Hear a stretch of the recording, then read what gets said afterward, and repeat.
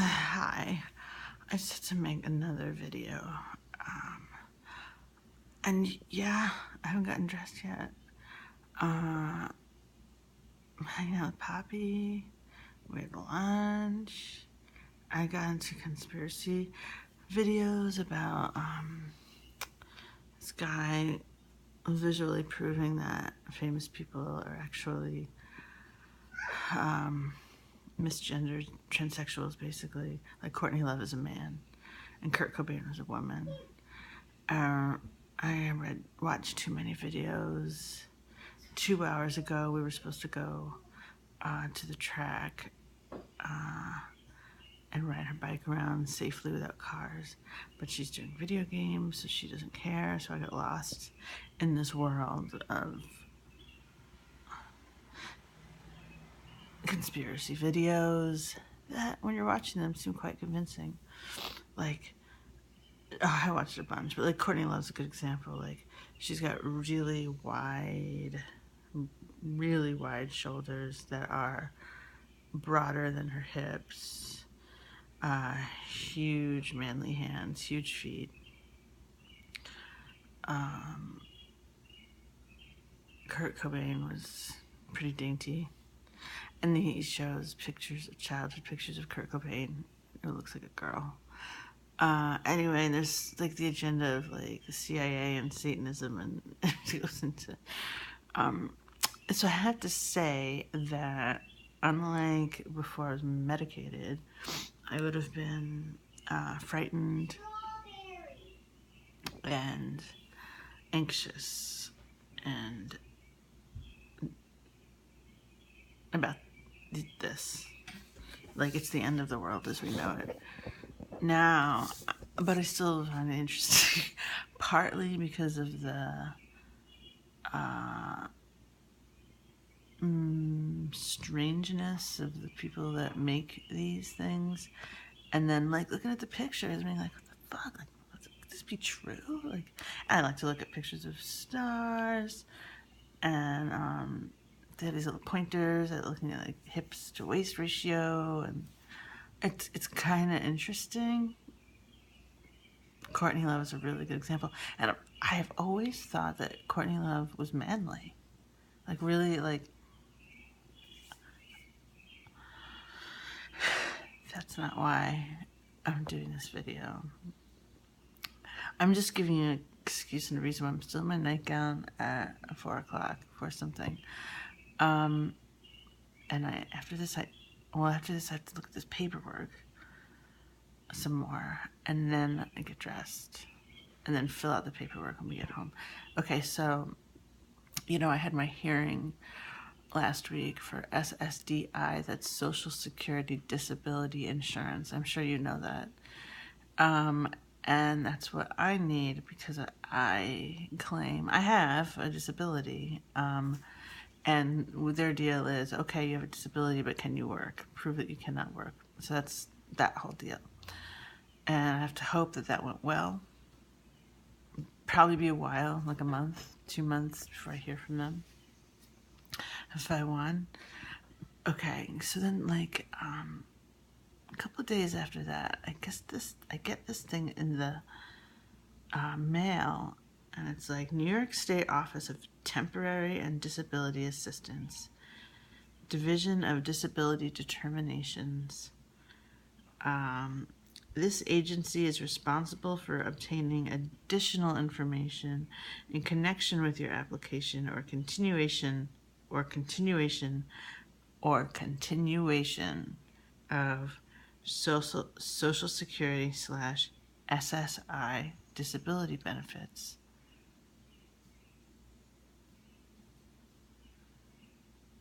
For your application or continuation of SSI benefits. I never applied for SSI. That's what in the alt does was called welfare, and we have too many.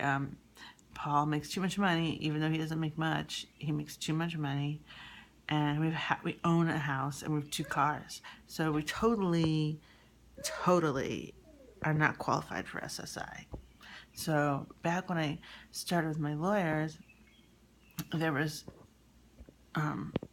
there was forms, and it was like, do you want SSI? Do you want to apply for SSI? And I was like, no. When I looked at the qualifications or whatever, it was like, no.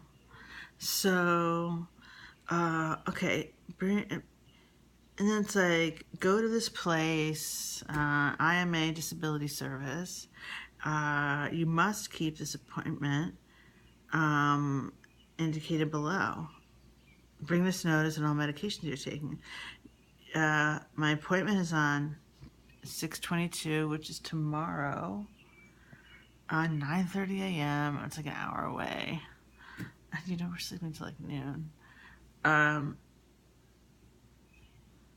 Please call us immediately if you have any problems making the appointment. You are expected to make and keep this appointment. If you fail to keep your appointment and you do not advise us of the reason you are unable to appear for the examination, the decision will be made based on the information in your case. And it may be found that you are not or no longer disabled or blind. The above request is made for the Administrative Law Judge, Office of Hearing and Appeals, who has now jurisdiction over your claim. I was so confused by this. Who has this judge who now has jurisdiction over my claim? Like, what if the judge I saw at SSDI hearing, who I liked, and that this influences my SSDI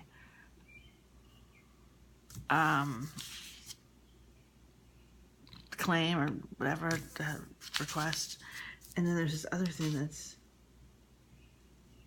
oh yeah, up here on top it says, it will be necessary for you to be examined by the specialist named below regarding anxiety.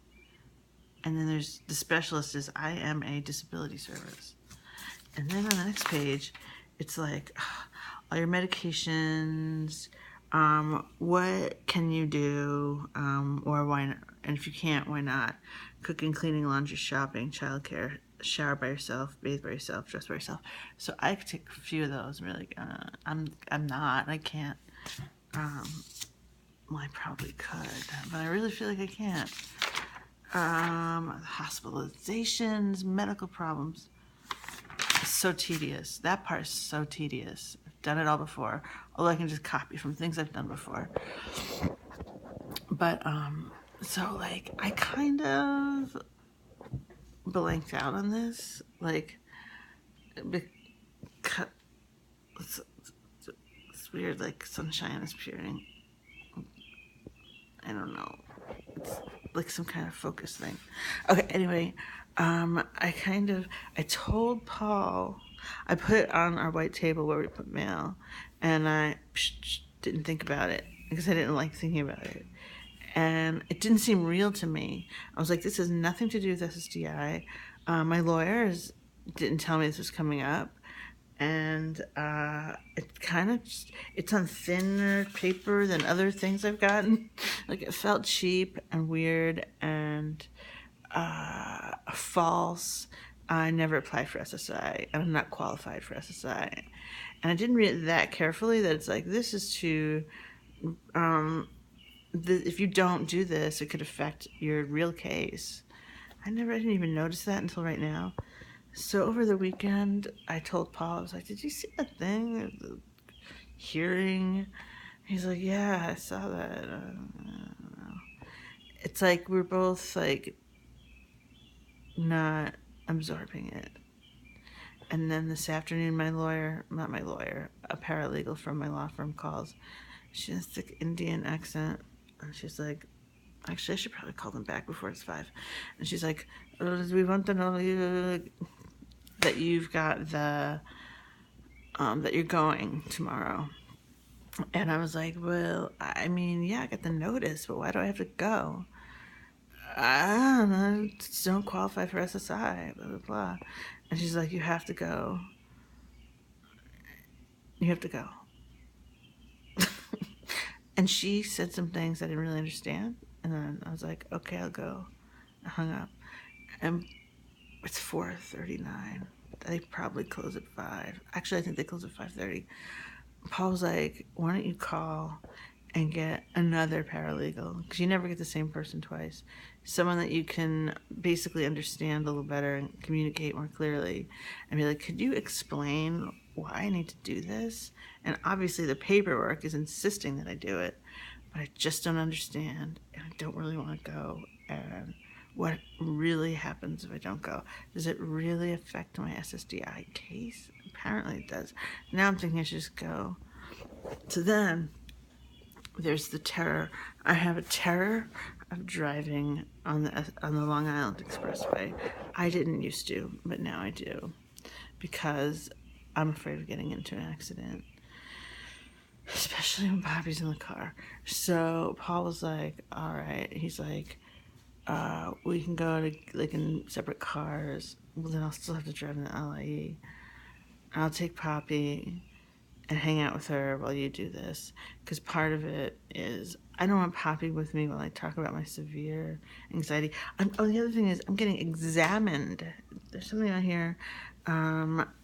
Do you need a female chaperone during your examination? What the fuck is that? What are they gonna do? Is it gonna be like blood pressure and heartbeat, or is it gonna be like take off your shirt, put on this paper gown, look at my vagina? It's not. What if my claim is anxiety? That would make me anxious. I don't fucking pitch a fit. I'll be like, I cannot do this. I'm really, really sorry. I just, no, I mean, a chaperone, but ought to be enough, but like, I cannot take off my clothes, and, I can't, it's connected with my sexual abuse. I don't even want to talk about it. I just, I might have to go. But it probably is going to be like a really stupid exam, because I can't see why they need to touch my breasts or look inside my genitals, that's why I wouldn't want an exam. I mean, it's probably like putting the thing on your back and you cough. But like, WTF. I am anxious. I'm anxious that I have to go to this. Oh yeah. So I just talked to Poppy, and I was like, Poppy, because I feel bad about making Paul get up at 9:30. He gets up at 12:30, and then he comes home totally exhausted at night, and then we don't get to watch Dark Shadows. So I went to Poppy, and I was like, can I talk to you seriously for 2 minutes? I made her get off her video thing, and I was like, that I have like some problems with my like anxiety and things, and that I take medication. And she's like, And I was like, I have to do this exam tomorrow and talk to some people about my anxiety. I was like, how would you feel about going to that with me? I don't have to make you go, but it would be a lot easier for Daddy to get to work on time, or to get to work, if you did that with me. And she was like, I think I must have blundered and said, or Daddy can go with us, and you can hang out with him. So that was stupid of me. So that's what she picked over like being in some tedious. But I thought like I could use her as a pawn a bit, like to hustle this along and be like, I'm kind of anxious about talking about my anxiety in front of my daughter. This is a really painful topic, and do you have like a play area for children? Like, my husband had to go to work, and I had to come here by myself, and I've been really anxious about bringing her with me to this meeting that I don't understand why I'm even here. 14:38, I gotta go. What the fuck? Please advise. Thank you.